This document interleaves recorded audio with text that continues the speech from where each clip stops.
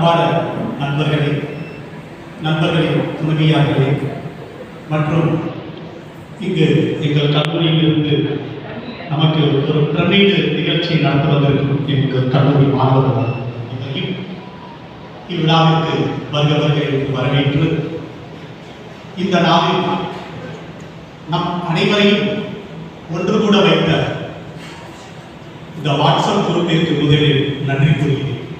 ஏன்னா இந்த வாட்ஸ்அப் குரூப்பில் ஒரு 3 வருடங்களுக்கு முன்பாக நமது நண்பர் ப்ரொஃபசர் முரளிதரன் அவர்கள் அனைவரையும் ஒன்று கூடி ஒன்று சேர்த்து இன்று அனைவரையும் இங்கு அவர்களுடைய இல்லத் துணைவிகளுடன் வர வைத்ததற்கு அவர்கள் ஆற்றிய அந்த பணியினை நான் மீண்டும் நினைவுகூர கடமைப்பட்டிருக்கிறேன். அது மட்டுமல்ல, இந்த குடும்ப விழாவிற்கு கிட்டத்தட்ட ஒரு 6 மாத காலமாக நமது ராதாகிருஷ்ணன், என்னுடைய அருமை நண்பர் பாஸ்கர், மைக்கே, இப்படி ஒரு 5-6 பேர்கள் தினமும் ஒன்று கூடி சிரமப்பட்டு பல கஷ்டங்களுக்கிடையில் கிட்டத்தட்ட 2-3 நாள் அவங்க தூங்கவே இல்லை நினைக்கிறேன். தூங்காம ஸ்டேஜில் எப்படா விட்டா போய் தூங்குவோங்கிற நிலைமையில இருக்காங்க.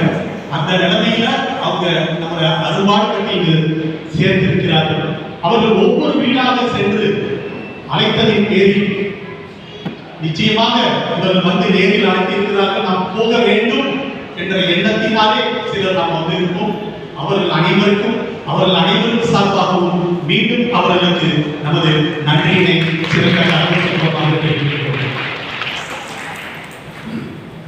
இன்று அந்த சாப்பாடு மெனுவை பார்த்தோம். கிட்டத்தட்ட 60 வயதுக்கு மேற்பட்டவர்கள் சாப்பிடக்கூடிய உருவாகி செய்கிறது. அவ்வளவு இளமையாக இன்னும் உங்களை அவங்களுடைய எண்ணங்கள் இன்னும் அந்த இளமை சார்ந்து இருக்கிறது என்பதனை நான் இங்கு கூற கடமைப்பட்டிருக்கிறேன். ஏன்னா இப்ப நான் 2-3 இட்லிக்கு மேல சாப்பிட முடியாது. ஆனா அந்த மெனுவை பார்த்தாவே அடுத்து நம்ம ஏதாவது கல்யாண வீடு கொண்டு நம்ம வீட்டில் நம்மளோட சொந்தங்களை யாருக்காவது ஒரு கல்யாண வீடு இருக்கும் என்றால் இதற்கு என்ன மெனு என்று எங்கேயும் தேட வேண்டி அவர் சிறந்த மெனுவை அரைந்து பண்ணி கொடுத்திருக்கிறார்கள். நண்பர்களே, இதை பார்த்தவுடன் தான் என்னுடைய எண்ணத்தில் சில சிந்தனைகள் ஓடியது. அதனை நமது வீட்டு இல்ல துணைவிகள் இருக்கும் பொழுது இதை கண்டிப்பாக சொல்ல வேண்டிய கடமை எனக்கு இருக்கிறது என்பதனை தருணத்தில் தெரிவித்துக் கொள்கிறேன்.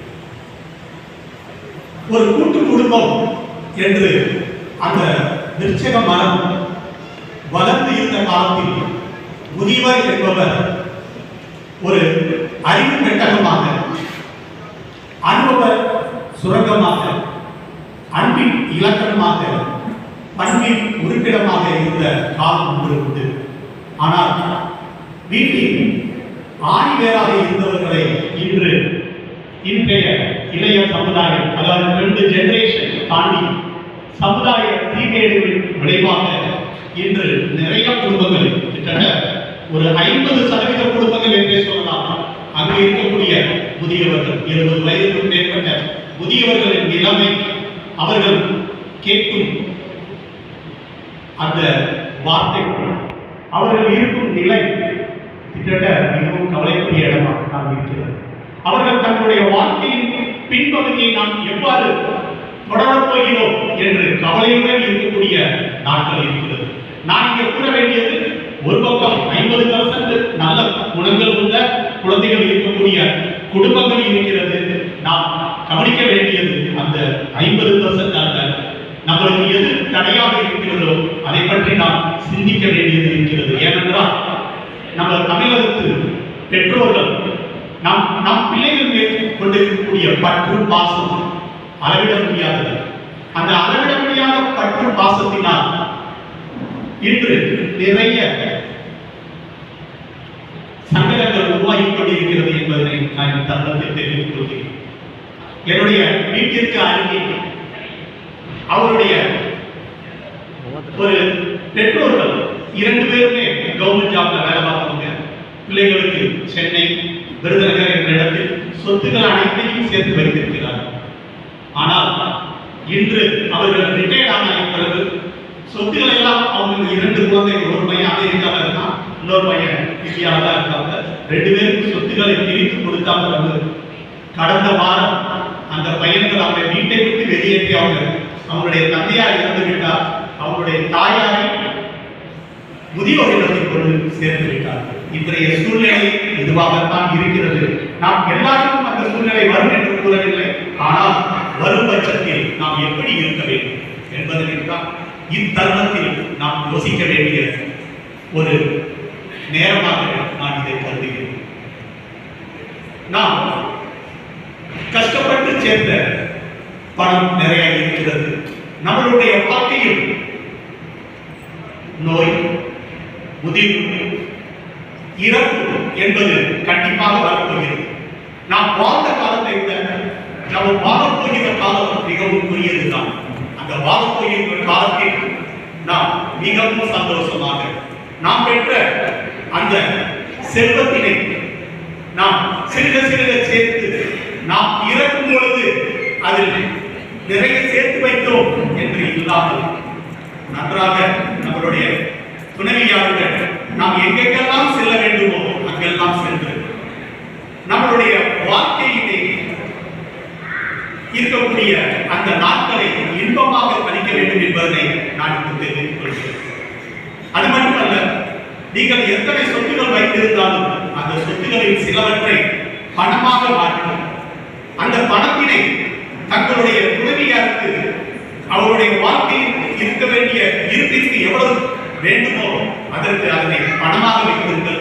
அந்த பணத்தினை நான் வைத்திருக்கிறேன் என்று மற்றவரிடம் கொடுத்து ஏமாந்து விடாமல் நமக்குரிய அந்த காலகட்டத்தினை சிறப்பாக அமைத்திடுவதற்கு செலவழித்து நம்மளுடைய சொத்துக்கள் நம்மளுடைய பிள்ளைகளுக்கு தான் போய் சேரப்படுகிறது. அவர்களுக்கு என்னென்ன சொத்துக்கள் கொடுக்க வேண்டுமோ அதனை இப்பயே கொடுத்து விடுங்கள். நாம் வாழ்க்கைக்கு பிறகு என்னுடைய இறப்பிற்கு பிறகு எடுத்துக்கொண்டு என்றால் இன்றைய சமுதாயத்தில் நிறைய பிள்ளைகள் இவர்கள் எப்பொழுது இறப்பார்கள் என்ற எண்ணத்தில் தான் இருக்கிறார்கள். அந்த எண்ணத்தினை நாம் இன்று மாற்ற வேண்டும். நாம் நிறைய பிள்ளைகளை நாம் இன்று பார்க்கிறோம். பேர பிள்ளைகளை சில பிள்ளைகள் என்ன கேட்கிறது என்றால், இந்த சொத்தை எனக்கு எழுதி வைத்துவிடு, இந்த சொத்தை என்னுடைய அம்மாவுக்கு எழுதி வைத்துவிடு அப்படிங்கிற சொல்லக்கூடிய காலகட்டத்தில் அதுகளுக்கு தெரிந்து சொல்கிறதா தெரியாமல் சொல்கிறதா என்று சொல்ல முடியாது. ஆனால் 3 வயது 4 வயது குழந்தைகளுடைய மனதிலே அது படர்ந்திருக்கிறது. ஆகையினால் இதனை விட்டு நாம் வெளியே வர வேண்டும் என்றால் நாம் நன்றாக நம்மளுடைய இனிய காலங்களை நம்மளுடைய முதுமை காலத்தை சிறப்பாக பயன்படுத்த வேண்டும் என்று இத்தருணத்தில் அதுவும் பொதுவாக நாம் ஆண்களை விட பெண்கள் தங்களுடைய பிள்ளைகள் முழு நம்பிக்கை வைத்திருக்கிறார்கள். அந்த நம்பிக்கையில் நம்மளுடைய நமக்கு ஒரு காயம் பின்னால் ஏற்படக்கூடாது என்ற அந்த எண்ணத்தில் தான் இந்த சபையிலே நான் இதை தெரிவித்துக் கொள்கிறேன். அது மட்டுமல்ல, இந்த முதியோர் நம்மளுடைய வயது 60 தாண்டிவிட்டது அப்படி என்று நாம் ஒருபோதும் எண்ணக்கூடாது. இதற்கு அந்த வயது முதிர்ந்த காலத்தில் நிறைய சாதனைகள் செய்த நிறைய பேரை நாம் இங்கு கோடிட்டு காட்ட வேண்டும்.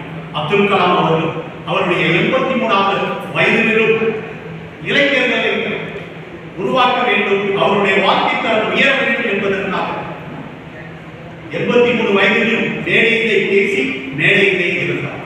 அது மட்டுமல்ல, இந்த உலகத்திலே தலை சிறந்த ஜட்ஜ்மெண்டை எழுதிய மிஸ்டர் ஹோம் என்பவர் அவருடைய ஜட்ஜ்மெண்டை 90 எழுதினார்.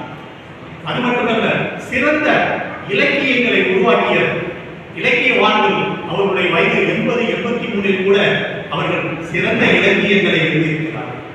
அது மட்டுமல்ல, இன்றைய இருக்கக்கூடிய இந்த பல்ப் லைட் இதை கண்டுபிடித்த விஞ்ஞானி அவருடைய 80 வயதிலும் அவருடைய விஞ்ஞானத்தை தொடர்ந்து கொண்டிருக்கிறார்கள். ஆகையினால் dear friends, the success is not a journey, it is a journey we have to enjoy it. அதே மாதிரி நம்மளுடைய happiness is not at the end of the road, it is on the way. So அதனால நம்ம ஒரு வாழ்க்கையிலே நாம் எப்பொழுதும் சந்தோஷமாக இருக்க வேண்டும். அந்த சந்தோஷத்தை உருவாக்குவதற்கு இது ஒரு சிறந்த நிகழ்ச்சியாக நாம் இதை காண்கிறோம். உண்மையிலே என்று நம்மளிடம் அன்று பத்திரிகை கொடுத்தார்களோ அந்த பத்திரிகை கொடுத்த அந்த நாளிலிருந்து ஒவ்வொருவரும் இந்த நாளுக்காக ஏங்கிக் கொண்டிருந்தோம். இந்த ஒரு நாளுக்காக நம்ம ஏங்கிக் கொண்டு இருக்கக்கூடாது. ஒவ்வொரு நாளும் ஒவ்வொருத்தருடைய மனதிலும் அந்த சந்தோஷம் நிலவ வேண்டும் என்று கேட்டுக்கொண்டு இந்த அற்புதமான வாய்ப்புக்கு நன்றி கூறி விடைபெறுகிறேன்.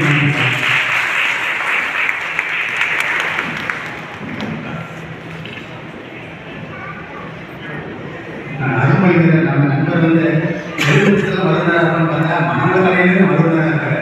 இந்த 60 வயசான நமக்கு வந்து நல்ல ஒரு